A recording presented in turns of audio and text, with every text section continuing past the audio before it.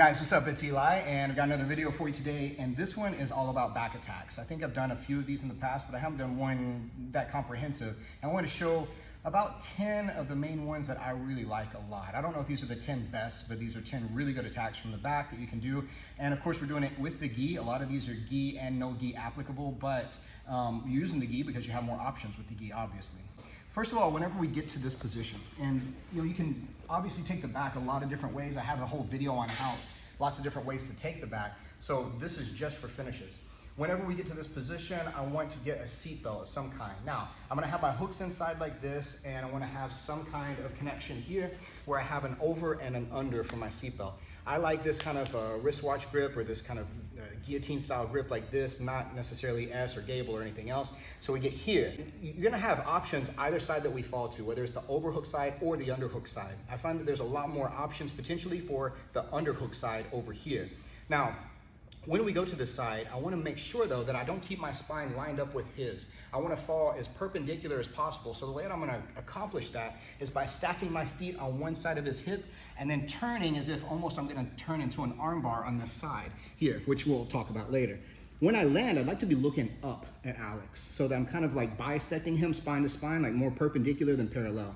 So one of the first things I want to start to look at from here is, of course, if I just wanted to get the rear naked choke, then I would free my bottom arm, because while I could do the top arm choke here, it's a little bit harder. It's easier and more effective to do it with the bottom arm, so I'm gonna drop him right into place. Now, because of how I'm a little bit higher and tighter on his back, maybe the short choke here is a little bit more effective, where I go palm to palm and I put my forearm behind his back. I get his neck and the V of my arm here. I squeeze. I can even use my head to help increase the pressure here, like this, right?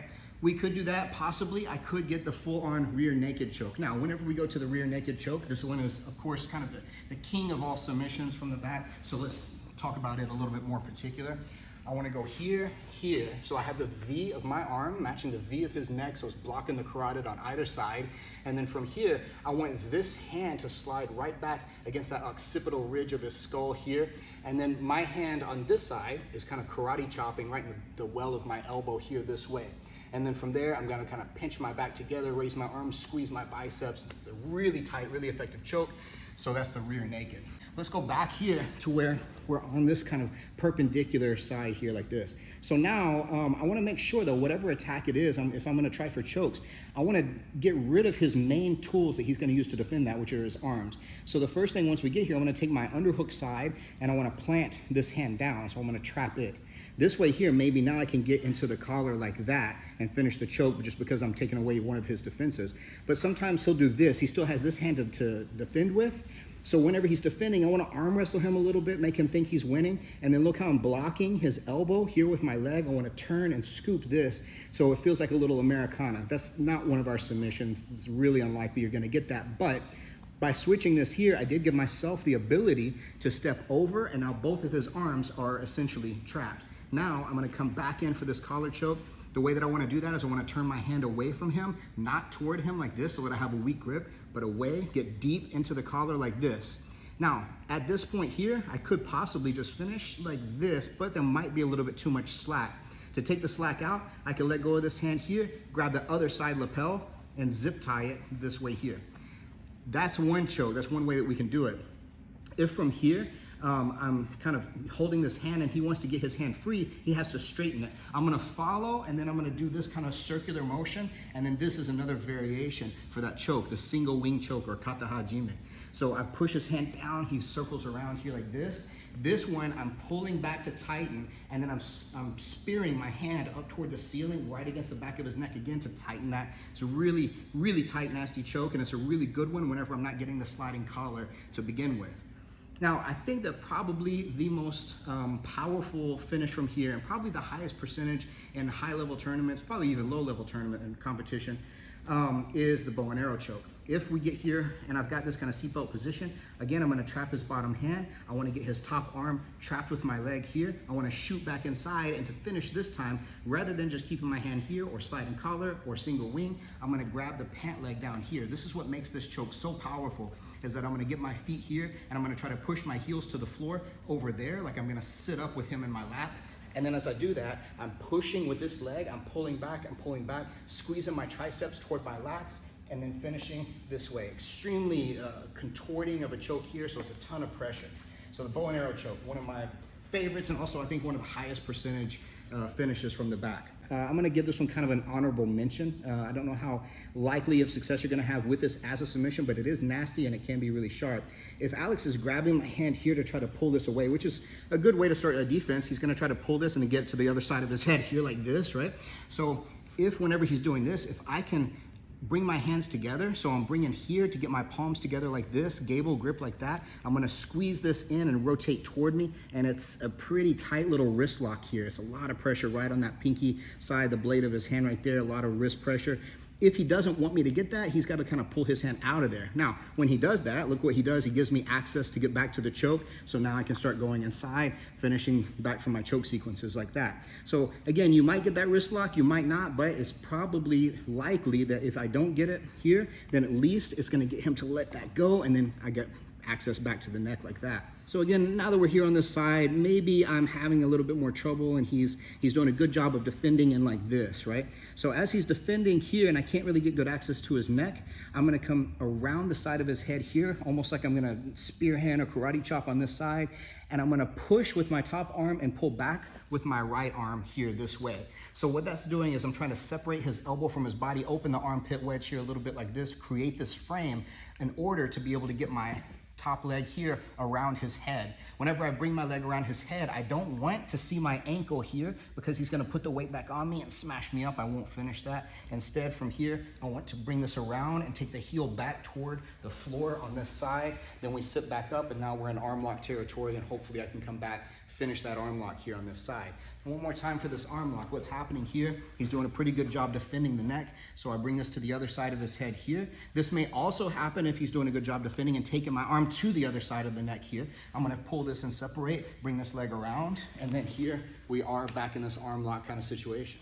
So something else that can happen sometimes whenever I'm trapping his arm on this side here, I get way hiked up on his shoulder. Now, I may have done this intentionally or unintentionally, but the good thing about this now is that I've got his neck and his arm on this side trapped, his shoulder and his neck. So that usually speaks to most people as triangle territory, and this is no different. So what I want to look to do from here for this triangle is, remember how on the bow and arrow choke, I was thinking about taking my heels to the floor on that side, and that's what I want to do now. So I'm gonna drive my heels over to this side here, this way.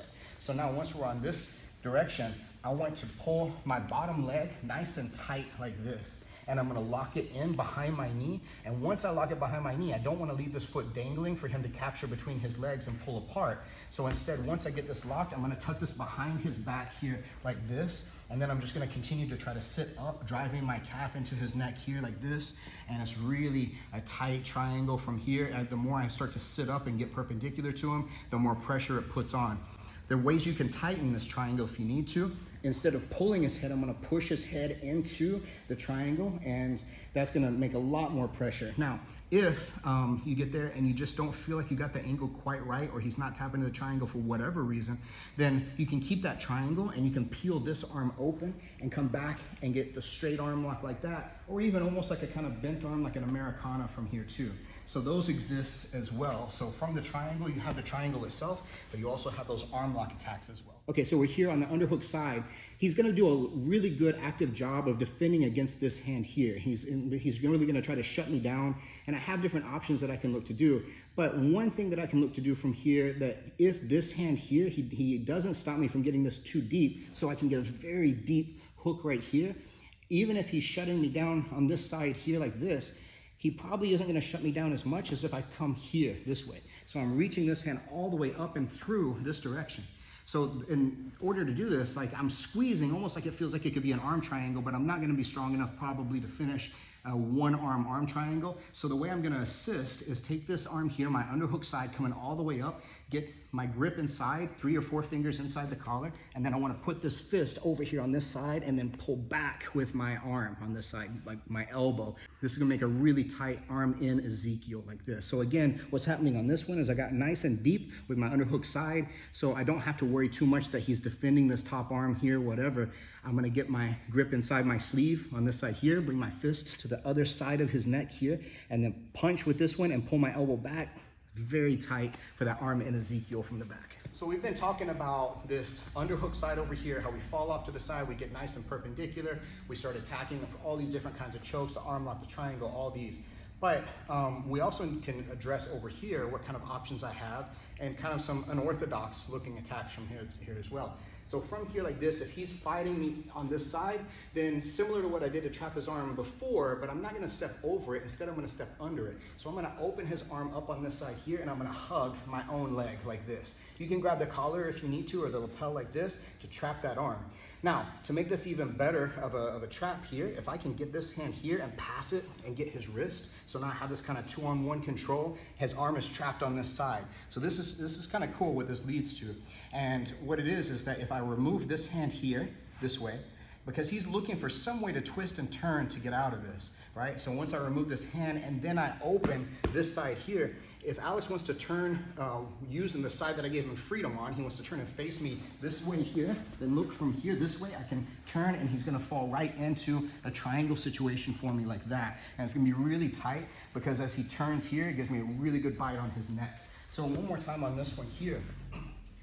I've got this overhook side, he's fighting. I wanna pull this back, trap underneath, get a nice tight bite on my leg, try to get this 2-on-1 because I already had the forearm of my left hand. So I've got two hands this way, I'm gonna pull this off, I'm gonna step this one out, and as he turns around to face me, I wanna step up on his back, I wanna keep this arm inside, I wanna bite with the neck here and squeeze. I've got that triangle here like this. Now, okay, but what if he doesn't turn and face me?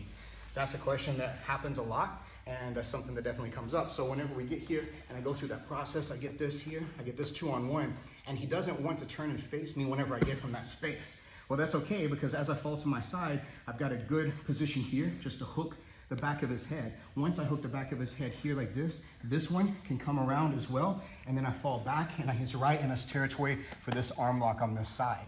So that one again here is, I get like this, I trap the arm on the overhook side like this, I pass, I've got 2-on-1 on this side here.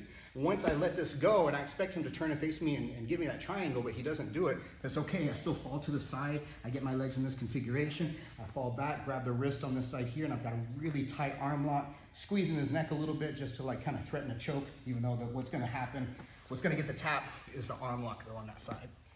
All right, guys, so that's a lot of different finishes that you can get from the back mount. So if you're lucky enough to get yourself in that position, I suggest the underhook side, but I've given you quite a few options from the underhook and the overhook. And just use all the weapons at your disposal. The more things you have like this, it's not that these options are something that you want to get there and then you get kind of lost and you're following through the Rolodex and you've got too many options and it's going to shut you down. That's not the point. The point is that with all these different options, what I can do is I can threaten this, and if it's not working, I can go to something adjacent or something complementary that really fits into the situation. He can give me a lot of different energies, and as far as how his body is turning and contorting, his hips, his shoulders, how his hands are looking to defend. So I need some kind of solution, some kind of best solution for each one of those opportunities, and that's why all these different options exist. So again, lots more than this. Even from here, we can start playing with the lapel stuff, going into the truck and all kinds of craziness. But these are some of my favorite ones and some that I think are very effective. So let me know what you think, guys. Make sure to like, share, subscribe, turn on notifications, do all that stuff that you're supposed to do on a YouTube channel, and keep watching Night Jiu-Jitsu.